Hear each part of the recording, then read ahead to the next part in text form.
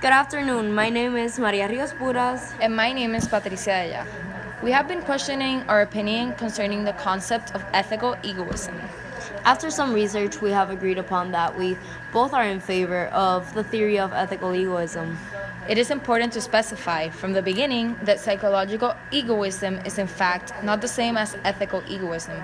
You see, James Rachel in the Elements of Moral Philosophy defines psychological egoism as the assertion that each person does in fact pursue his or her own self-interest exclusively. Rachel then claims that ethical egoism is the theory that each person ought to pursue his or her own self-interest exclusively. A Russian philosopher and novelist Ayn Rand came up with the philosophy of objectivism, which concentrates on one's individual's rights and liberty. Later on, she further develops her philosophy of an ethical theory that she referred to as rational egoism. According to the Internet Encyclopedia of Philosophy, Rand's views is that the exact opposite is true. Self-interest, properly understood, is a standard of morality, and selflessness is the deepest immorality. So to say, rational egoism is based on the pursuit of an individual's happiness as the means to reach the greatest good. She bases her theory on what guides one's actions, which is reason.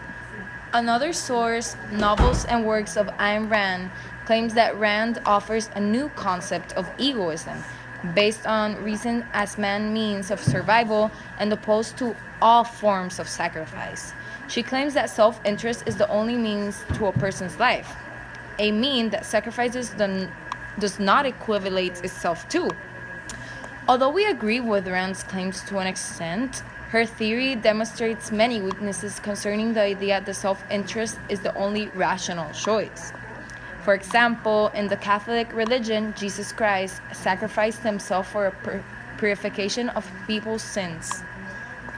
Well, his psychological egoism led him to take responsibility for every man's sins and die, whereas his ethical egoism was not present. It was not in his self-interest to die. On the contrary, it was humanity who benefited from his actions. Through this example, we can doubt the reliability of Ayn Rand's philosophical ethical theory on the rational self-interest. However, there are concrete and well-evidenced examples that demonstrate that ethical egoism is part of every man. Political figures such as Nelson Mandela demonstrate in his speeches that ethical egoism that today we are in favor of. In 1964, Mandela addressed his speech from the dock, as he was sentenced to death for his beliefs and actions. He said, and I quote, "I have fought against white domination, and I have fought against black domination. I have cherished the ideal of a democratic and free society in which all persons live together in harmony and with equal opportunities. It is an ideal which I hope to live for and to achieve. But if needs be, it is an ideal for which I am prepared to die." He constantly repeats the pronoun I, emphasizing that this is a dream of his too. It is in his self-interest that every person, black and white, have equal rights, and it is also in his self-interest to live a life within a democratic system and a free society. He says, "It is an ideal which I hope to live for and to achieve." This figure that everyone praised and applauded to expresses how it is something that he wants. It is an ideal that he ought to prepare himself for in order to achieve. In the long run, the oppressed benefit from his action as well. But his ethical egoism was mostly centered on what he ought to do in order to achieve that ideal, democratic, and free society in which all persons live together in harmony and with equal opportunities, as he claims. Altogether, ethical egoism is the theory in which an individual's self-interest is the center of rational choice for achieving the greater good.